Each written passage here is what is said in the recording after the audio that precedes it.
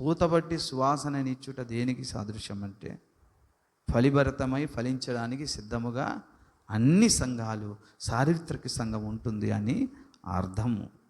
హృదయాన్ని బిడ్డలారా గమనించండి, ఈ రోజున ఫలించుటకు సిద్ధమైనటువంటి సంఘములో మనం ఉండాలి.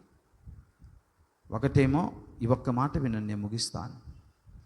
ఒక మాట, ఒకటి అంజూరపు చెట్టు ఫలాలు కోరుతున్నాడు అంటే వ్యక్తిగతంగా ప్రతి విశ్వాసి కూడా ఉజ్జీవింపబడి దేవుని కొరకు ఫలాలు ఫలించాలి. తర్వాత ద్రాక్ష తోటలు పూతపట్టి సువాసననిచ్చుచును అంటే సంఘాలు, అంటే స్థానిక సంఘాలు కూడా దేవుని కొరకు ఫలించబోతున్నాయన్నమాట. హల్లెలూయా. అంటే ఇటు విశ్వాసి ఫలిస్తాడు, అటు సంఘము కూడా ఫలిస్తుంది.